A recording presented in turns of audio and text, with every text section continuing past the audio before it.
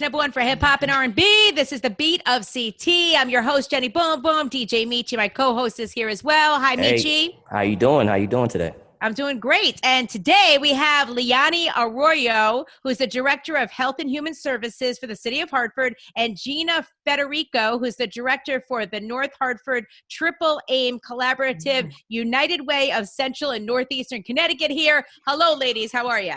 Hello. How's everything going? Fantastic. Fantastic. Okay. Are you guys both working from home right now?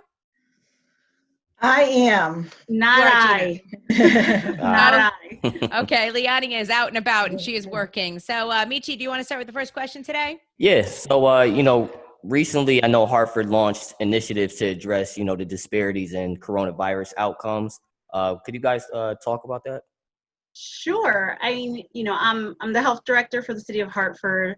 I am also Latina. And so making sure that our communities of color are at the forefront of a response, given all of the inequities that we face as it relates to healthcare, is critically important to me personally, and then also for my job. And so when we started hearing what was happening in other parts of the country, it was like, we can't allow that to happen here. We got to find ways to mitigate that and try to ensure that our citizens and our residents here in our city have the information they need. And so we had some really great partnerships and some really great partners. United Way, our two hospital systems, they immediately jumped in and we created some messages. We've got UConn and UConn students calling people, giving them information. And we're just out there, just making sure that all of the information that's accessible to other individuals is accessible to our community as well. That's great. Gina, would you like to elaborate on that as well?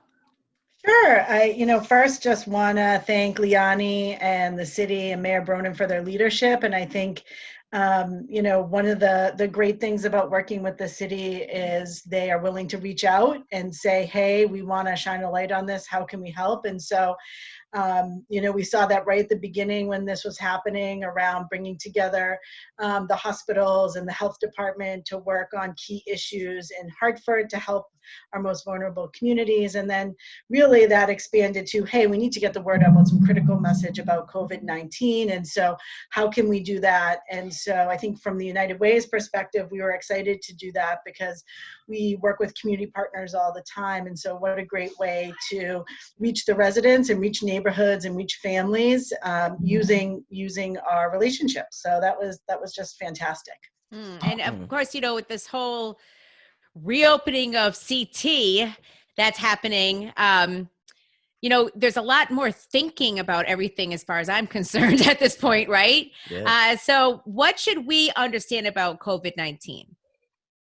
So I think that the really critical pieces to understand is there's a lot that we don't understand or know about the disease and the virus. So I think it's important for our community to know that it's not that we as public health officials and doctors and our federal agencies that are in charge of this response don't know what we're doing. It's that there's a lot of information that's changing all the time. So I just first want to acknowledge that, because I know sometimes we're like, well, wait a second, you said don't wear a face mask. Now you're saying wear a face mask. Like, what's the deal here? I think first we just need to acknowledge that. Secondly, we need to acknowledge the fact that the disease spreads pretty quickly, right? And so that's what's really important. And it spreads quickly. It can spread through a household very fast. And so we need to make sure that we're taking the measures, like all that stuff our mama told us to do: wash your hands, don't touch your face, don't put your fingers in your mouth. All the stuff that I thought we all already knew, like we're kind of all getting a new lesson on it again, right? So we need to make sure that both we're taking preventative measures on our end. And then we also need to make sure that our government and the businesses that we're working with are putting proper procedures in place as well. So they're also a part of that. Other things to know about the disease is it has a much longer list of symptoms that we originally talked about. So we talk about fever, we talk about cough, we talk about trouble breathing, but recently the CDC, Centers for Disease Control and Prevention, put out a much longer list, right? And so there's a lot of other symptoms now that can mimic allergies, can mimic other sort of viruses that you might get. So it's important, if you have any of those lists of symptoms, headaches, chills, even like stomach problems sometimes are for some people, that's an indication that you get yourself tested. The city has 8 testing sites. So there's no reason if you want to get tested that you can't get tested. You don't need a prescription. You don't need insurance. You can just call, look at our website at the City of Hartford and find any of the locations. Another thing to know about the virus is that in terms of the spread, we also know that there are things that you can do to stop it, right? So we talked about the hand washing, we talked about the not touching your face. But the social distancing is really important, right? Because we want to create more space between individuals. And I know that might be hard for some of us because we want to hug our family members that we haven't seen in a long time, hug our friends and be out there. But part of the reason that you see cases going down or not going up as much as we were doubling our number of cases in the state every 2 or 3 days at the beginning of this is because we put all these measures in place. So as we're reopening, as you were talking about, Jenny, like as we're looking to reopen, we still got to do the same things if we want to make sure that we can keep ourselves and our community members safe. Right. And I mean, how can people honestly feel comfortable with reopening? I don't know. I understand that we have to support businesses and we need to get the economy moving, but I have no idea how I'm going to feel comfortable sitting at a cafe, even outside, or, being around folks. And then I feel sometimes when I'm out, I don't even see folks with masks on. Right. So it's a balance, right? When we talk about health and we talk about public health, there's something that we refer to as social determinants, social influencers of health. And being employed and having good wages and having access to a job is also an influencer of health, right? So we're trying to balance both of these pieces, trying to balance that there's enough protocols and safety measures in place. And, quite honestly, I believe our governor has been doing a really fantastic job of listening to experts and listening to community members and employees and making sure as things come up that there is a way to address them. So, you heard about nail salons. They first they were going to open, then he said no, they're not, because it's just not safe, right? It's just not safe enough right now. Then hairdressers and barbers were set to open, and he made that decision because he heard from salon owners, barbershop owners, and employees. They just don't have what they need, and they don't feel safe yet. So I think we're lucky enough to be in a state. We were the last state to finally reopen, right? Because we had a governor that was really looking at what the science was saying. So I think if we make sure that we keep our government accountable, that they're doing what they said they're going to do, and then also we as community members take those preventative actions, that we can lower our risk to acquire the virus. So Liani, also just touching on this really quick, the fact that I saw a video from Hartford that broke on Facebook a couple of days ago of hundreds of young people out at some house party in a yard. Did you see it? I did not see it, but I heard a lot about it. Right. So there's this video and there all these young people, and I'm seeing the police are pulled up down the street. But no one's doing anything where you're not supposed to have this many people all in one group. And these young people, I think they're invincible, but they can bring this back home and spread it to the older people in their households, or and not to mention that there's a whole nother strain of this now happening with children getting sick. So you bring up a really, really valid point. And we here at the City of Hartford have been working hand in hand with Hartford Police. First we want to educate, we want to help break that party up. We want to provide people information. Our officers are carrying masks. So if they see groups of people congregating, they're going to go and they're going to talk to them, provide them education, provide them masks. In the experience that they've had thus far, it's been that people are open to hearing this information. It's hard, right? We've sort of been home for like 2 months now. The weather's getting beautiful. Like I want to go to the beach. Everyone wants to do something. So we're working very hard here in the city to ensure that we're keeping people safe, that we're working to educate the community so that they can make better decisions. And at the same time, we also know that our police department has the power to issue citations, and they will do that if folks are not being mindful or respectful and going their separate ways when they enter a situation to disperse the crowd. Because I mean, Michi, when you saw the video, weren't you a little shocked? Yeah, very shocked. Because like you said, it was just nobody really had a mask on, and it was crazy. It was And they crazy were to watch. all, rubbing up on each other. Yeah. Everybody was rubbing up on each other. And, Yeah. I'm a mom and I'm thinking right away, like, I want to go into, I told Michi if I drove past that party, I probably would have rolled the windows down and be like, listen. Yeah. You got to balance, right? We're hearing stories of people being killed because someone's telling them to put on a mask, right? So Right. you want to be mindful. You want to be safe. And we want to use our powers of persuasion and our powers of education as that first step. And if, we see places that continue to do that, we know our officers and our police chief will change tactics and move people around in order to address that. Okay. All right. Perfect. As far as the emergency room, we're also hearing stories, and we've been talking about this on the air a little bit, about folks not wanting to go to the emergency room if they feel like they might have COVID-19. So can you tell me a little bit about when should we go to the emergency room? So if at any point you have symptoms, particularly trouble breathing, you need to go to the emergency room.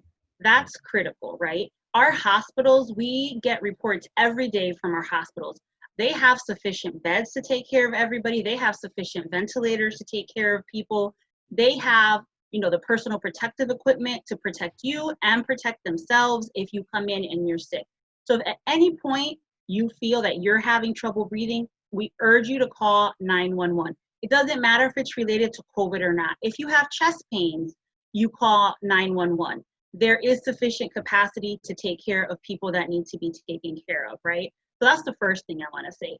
Second, we have this wonderful thing that many people have used in the past, but now has kind of become more mainstream, called telemedicine. Many of our providers, if you're too afraid to leave your house and you're not sure if you need to go to the emergency room or not, so many of our providers, as well as your personal providers and our federally qualified community health centers, are providing telehealth visits. So you can call, you can make an appointment. Sometimes it could be the same day, it could be the next day. At urgent cares, it's that at that point in time. Usually you can call, they can set you up with a provider, that nurse practitioner, that physician's assistant, or that medical doctor can see you, using your phone. We use FaceTime to hang out with our friends and Messenger to see our friends. We can use that same technology to see a doctor. So if you have a question or concern and you're not sure what you need to do, call your medical provider or call one of our federally qualified community health centers. You do not need to have insurance to go to one of our federally qualified community health centers, and they can help you determine whether you need to go to an emergency room or not. Yeah, and I'm also hearing, Gina, I'm hearing that a lot of heart patients are refusing to now go to the hospital.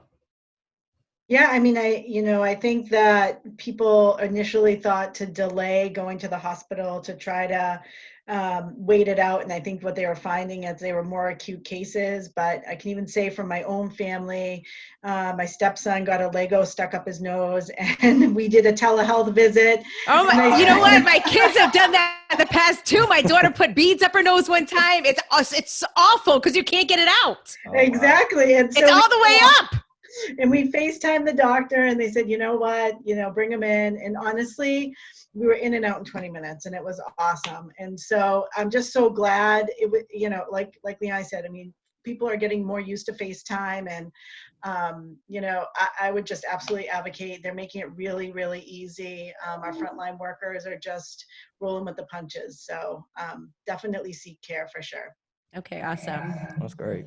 Michi, you want to ask about quarantining? Yeah. So, for the people like us that are, working at home, being at home and just trying to stay safe, what are some tips for, quarantining at home? So if you're quarantining at home, we do recognize that some of us do not have the privilege of having a single family house with 4 bedrooms and 3 bathrooms and a basement and a backyard. So there are some simple things that you can do if you're in an apartment. Look, I grew up in an apartment. It was me, my stepdad, my grandmother, my brother, my uncle, and any other cast of characters of family members that might have come. And so what we would do is, and what you can do is, first of all, clean more regularly than you might have, right? Yeah. So you don't need the Clorox or Lysol wipes. some good old-fashioned soap and water works because the virus is killed by soap and water. If you only have one bathroom and you have someone that's sick in your home, you can just get some gloves, the disposable ones, even like the ones that you wash dishes with, and then just wash them and hang them back up. Have that person clean the bathroom when they're done, right? With gloves on, wipe it down with some paper towels, with the bleach mixture. It's really basic things like that. Now, if someone's sick in your home and you got people sharing a room because, hey, you know, I grew up sharing a room myself, there's things that you can do. Sometimes it's as simple as if you have, you know, those screens that sometimes people put up as decorative, you can put that between a bed.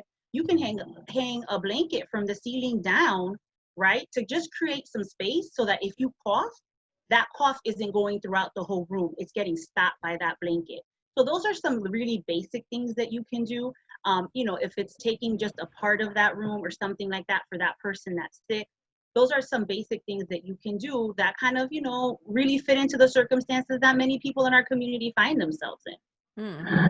Okay, so Gina, what about people's mental health while home? Well, that's a great question. I'll let Leanne talk a little bit more about that, but I do know that our community health centers are offering both physical health and also mental health needs. And I know, Leanne, your office has been kind of largely leading that. What else is going on there? So all of our providers, I speak with our federally qualified community health centers that treat adults. There are 4 of them in the city every week. And all of them are even doing behavioral health appointments via telehealth. So if you can do it via phone, or you can do it via any sort of like Zoom, FaceTime. Many of them have their own sort of private portal. You download an app, and through that app, you can meet with them. It's more secure. So there's many opportunities to do that, again, via telephone or via some, you know, with the using some video conferencing. So if you're feeling like you need assistance, please call your provider. If you don't have one, you know, 211, which is through the United Way, is an amazing resource. You can call them. They can provide you hotline information. They can provide you places where you can call and get immediate help. No one should feel alone. We have resources that the state has put in place and that our providers have put in place to help you get through this time. Okay, awesome. So, I mean, I also thought when I saw one of the press conferences with the governor, and just clear this up for me, ladies, aren't there like certain places that people can stay if they do have a very crowded home that they can go and kind of go stay at if they're having like mild symptoms? So there was some places put in place for first responders. So that was something that was geared towards them. Okay. So any first responders in many of our cities had access to dorm rooms across the state. And so that was one thing. Even in the city of Hartford, we had dorm rooms at the University of Hartford set aside for us as essential workers if we felt that we wanted to stay there to avoid bringing the virus home. So that was something. We have been working with our homeless community, individuals that are experiencing homelessness here in our city in particular. And so if someone is homeless and they test positive and they're at the hospital gives us a call, and we have a location that we can provide them so that they can quarantine themselves there, isolate themselves there before they go back to their shelter bed. Okay, awesome. Nice. Wow. All right. And what can you guys tell us about contact tracing? Sure. So contact tracing, a lot is happening with contact tracing. So if you don't know what contact tracing is, I'll just because I don't know what contact tracing I don't know what is. contact tracing Michi is. must know what that is. Me and Gina, we don't know, Liani, okay? So I'm going to briefly explain it. Contact tracing is a process by which when we at the health department are notified that we have a case among a city resident, right? So there is a system in place that the state has. We get notification. We check that system multiple times a day.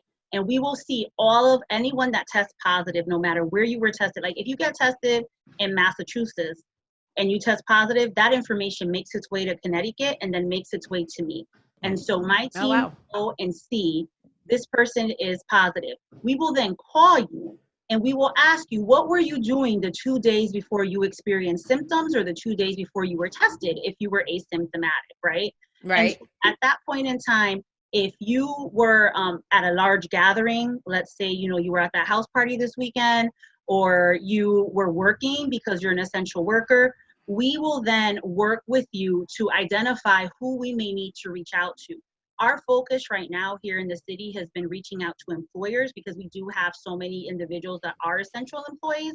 So we're reaching out to those employers and saying, hey, you had an employee that tested positive. They were at work these days.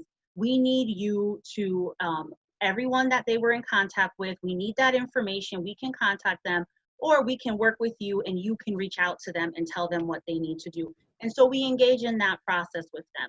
The state has unveiled a new system which will help us do our work more quickly and allow people to do monitoring electronically. So we will call you, we will ask you, do you want to get electronic monitoring, which basically means you give us the information, we enter it, and then we will send a text or an email to all of your contacts saying you were in contact with someone that tested COVID positive. We recommend you get tested or that you isolate at home for the next 10 days. We don't tell them who it was. That's not any of their business. We're working with you. It's anonymous when we reach out. So it's basically a system where we reach out to you if you test positive. You tell us who you were in contact with, where you were. We then reach out to those individuals, and then we tell them what they need to do in order to maintain their safety and keep their family safe. Okay. Wow, that's Wow. incredible. That is incredible. But when you're talking to me about all this, I just keep thinking like, this has been such a serious and strange situation that we've all been going through. And here we are, everything's now reopening, but I hear the governor today say businesses need to be prepared just in case there's a second wave of this that comes through in October, like they think it's going to happen.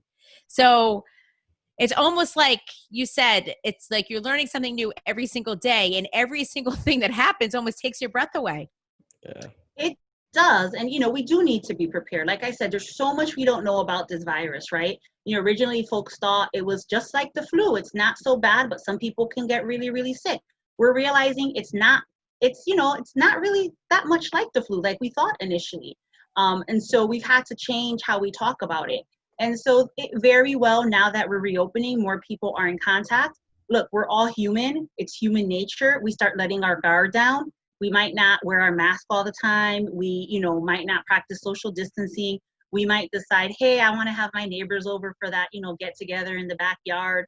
And so that's what we're talking about. Like, we can't let our guard down. If we all do our part and our businesses do their part, then if there is a second wave, we can make sure that it's not as bad as the first wave, that not as many people get sick, and that our hospitals are ready to take that influx of individuals in. But we still have to keep our guard up. And as our mayor has continually said, today is May 20th. It doesn't mean that we flip the switch and everything goes back to normal. It's a new normal until we get a vaccine for this disease.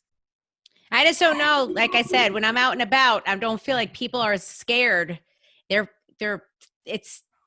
Like I was in front of a shopping center the other day, and the store, I see 100 people walking in there, and some folks have masks on and some don't. I just don't know if the messaging is really getting across like it needs to. Well, I think if you all have suggestions, your audience as well, right? I think we need to be more nimble in public health and in government and make messages in ways that resonate with people. There's an old saying that people like to say, we're flying the plane while we're building it. That's what we're doing. In a perfect world, I would have gone out and said, hey, I need to meet with a group of young people, ages 15 to 18, to talk to them about this. What would help them do this? I need to meet with a group of other people. We didn't have time to do that. It is my hope that we can do that now when things start, getting a little more calmer. We don't have as many cases, to allow us to get ready for that second wave if it comes, and have the right messages for our community. I can get real preachy, Liani. I ain't got no problem with getting preachy. There's no problem. So what other resources are available to the community at this point, Gina? Sure. So I think, there's all the medical pieces and the clinical pieces that Liani talked about, but then people are also hurting right now. We have a lot of folks out of work. We have a lot of folks, who are home with their families, they're helping out. And so just to reinforce, 211 is the state's information and referral line. So if you have a question about health issues, if you have a question about unemployment, if you have a question about housing, food, it is open and available to everybody to be able to call in and find resources. A new one I even learned about today is if you need kind of emotional supports for your kids that are home, you can call and they give you some resources to work with them. I think a lot of people are feeling a little bit isolated. School's not going to go back in session. And so I think even things like that, supports that we can use ourselves that aren't even at another agency, that they really do have the latest information available. They also, I will say, are doing mask donation. And so please call if the issue is that your family can't get masks or needs more masks, or an organization or your church, please call 211, because that's something that's also being coordinated through that hotline. And then at the we might be Gina wearing masks till January, February. I feel like everybody needs like some disposable masks, some like hand sewn. We need some designer masks. I saw someone have Louis Vuitton masks. Someone had a Louis Vuitton mask. How much did that thing cost? Selling in the North End. Somebody was selling. That's like $1,000 right there. I don't know if they were real, but they said Louis Vuitton. I think there's going to be all kinds of mask situations. So, I think the other thing we're really working on is people are generous right now. And so the United Way is working with the generosity of others to work with community-based organizations to provide funding. That's our Neighbors in Need program. We're giving money to, homeless shelters. We're giving money to Food Share. Folks saw the work happening there. Local church groups that are helping their neighborhoods. So that's happening. And then statewide, which is really kind of interesting, the United Ways have all kind of come together, and funding they've gotten from mostly corporations, they are providing individuals with actual gift cards. So I think Liani's office has administered some of this, but I know at least in Hartford, over $25,000 has been available for cash assistance to people to spend on whatever they need. Oh, well, that's awesome. Yeah, and I will say that we've actually we're able to look broadly at what people are spending it on, and it's food, it's rent, it's utilities. So that makes you feel really good that people are able to, continue to run their households and keep going, because it's a hard time. Yeah. Right. And will it get better? I mean, I'm just asking your thoughts on this because, a lot of folks, they are reopening, but they're only at maybe 50% of, their staff.